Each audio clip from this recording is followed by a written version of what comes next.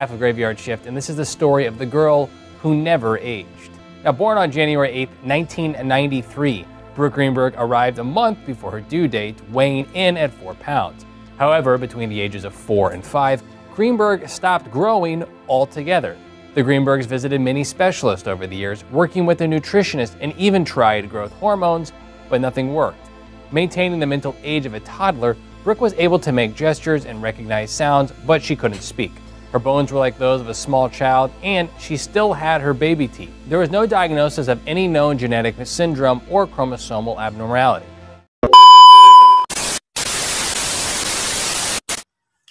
Halo gengs, Assalamualaikum warahmatullahi wabarakatuh. Terima kasih buat kalian semua sudah klik video ini dan subscribe channel ini tentunya. Oh ya gengs, di sini saya tidak akan membahas tentang cerita kriminal lagi seperti video-video sebelumnya. Saya di sini ingin membahas kisah seorang wanita dari Amerika Serikat yang mengalami penyakit aneh, yang dimana penyakit ini membuat dia terlihat seperti balita. Otak, perilakunya tampak seperti balita umur 9-1 tahun, gengs. Sampai-sampai dokter yang menangani saat itu belum bisa memecahkan penyakit langka satu ini. Nah, daripada penasaran, langsung saja kita masuk kepada pembahasannya. Let's go!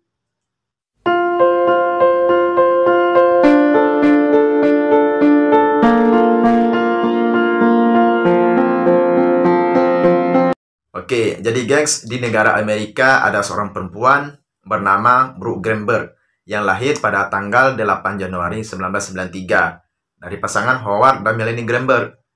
Tepatnya di rumah sakit Sinai di Baltimore, Maryland, Amerika Serikat. Dan Brooke ini adalah anak ketiga dari 4 bersaudara, yaitu Emily, Kathleen, dan adiknya Carly. Brooke merupakan seorang perempuan yang dilahirkan dengan mutasi genetik yang mengakibatkan tubuh dan organnya menua dengan kecepatan berbeda, gengs. Otak, struktur tubuh, dan beberapa organ lainnya berhenti tumbuh setelah beberapa bulan hingga beberapa tahun. Dalam arti ia tidak akan tumbuh baik dari postur tubuhnya maupun kemampuan mentalnya akan selalu berada dalam usia balita. Hanya saja usianya terus bertambah, gengs. Jadi ia ini lahir melalui operasi keiser dengan berat 1,8 kg. Ia lahir dengan dislokalasi pinggul anterior, yaitu suatu kondisi yang dimana kakinya berputar ke atas menuju bahu. Lalu ia pun dioperasi agar memperbaiki kondisi kakinya itu, dan akhirnya operasinya lancar. Jadi Brooke sudah memiliki kaki seperti bayi normal lainnya, guys. Otaknya pun membuku dalam proses perkembangan saraf pada usia 9, guys. Hal ini yang membuat ia tidak dapat berbicara. Sebaliknya, tulang, gigi, dan darahnya semua menua secara biologis, namun tidak lebih besar pada tingkat berbeda.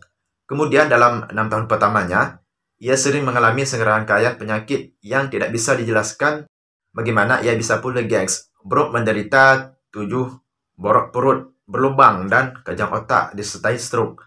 Hal ini membuat ia sering keluar masuk ruang ICU, guys. Meskipun begitu, ia mampu bertahan dari operasi 7 borok perut berlubang serta kejang-kejang hingga beberapa minggu kemudian ia pun sembuh.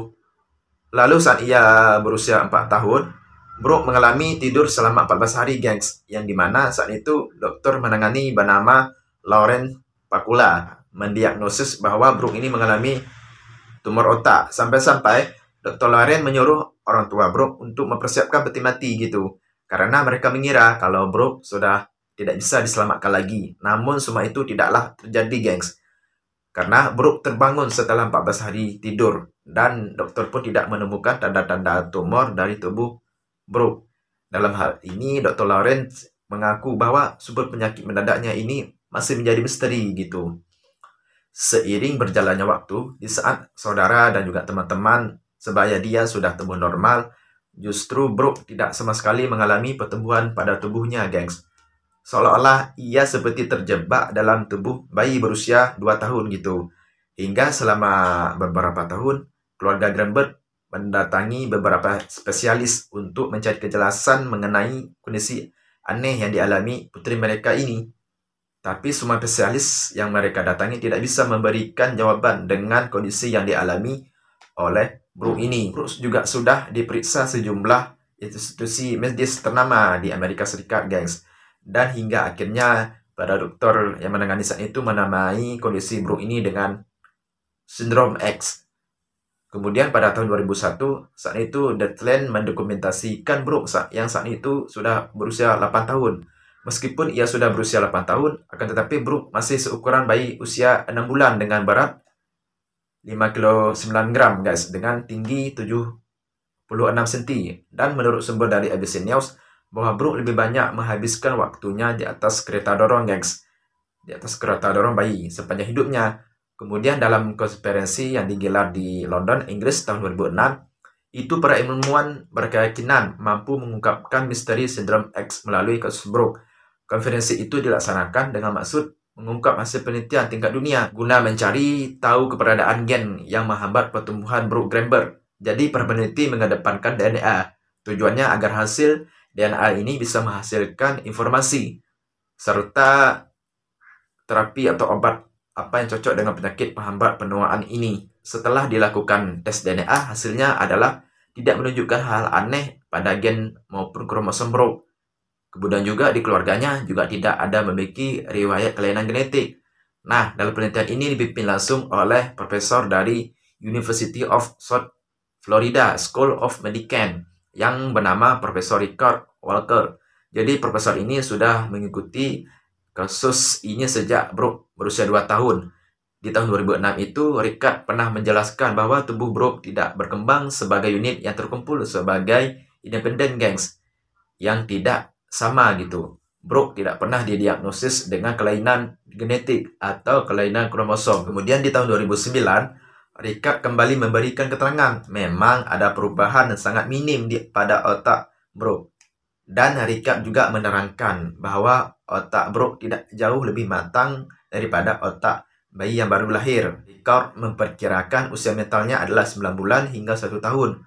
Brooke hanya bisa membuat gerakan seperti bayi normal lainnya gitu, gengs. Serta bisa mengenali suara, tetapi ia tidak bisa berbicara. Juga tulangnya seperti anak 10 tahun, serta memiliki gigi susu yang diperkirakan usia perkembangannya sekitar 8 tahun. Orang tua Brooke tetap memperlakukan Brooke dengan baik, layaknya seperti bayi. Karena setiap kali keluarganya pergi, pasti Brooke selalu mereka bawa dengan cara digendong.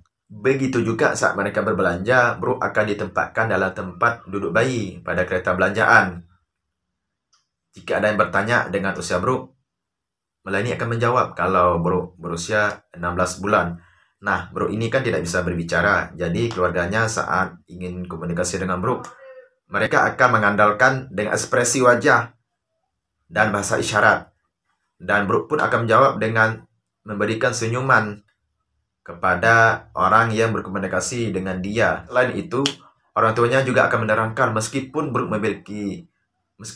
memiliki masalah dengan pertumbuhan, Brooke bukanlah sosok cacat ataupun berpenyakit.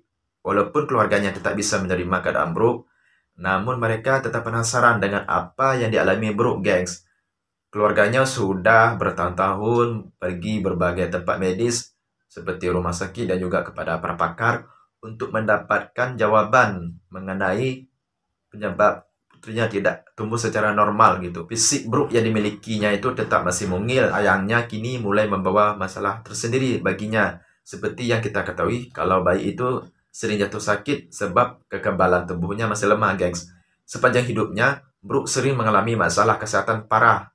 Nah, di saat usianya sudah 20, kondisi kesehatannya malah semakin memburuk. Ia hanya bisa makan menggunakan selang khusus dan harus menjalani perawatan intensif selama 24 jam, guys. Bahkan para dokter sudah berusaha, namun mereka tetap tidak berhasil mencegah penyakit yang dialami Brooke ini.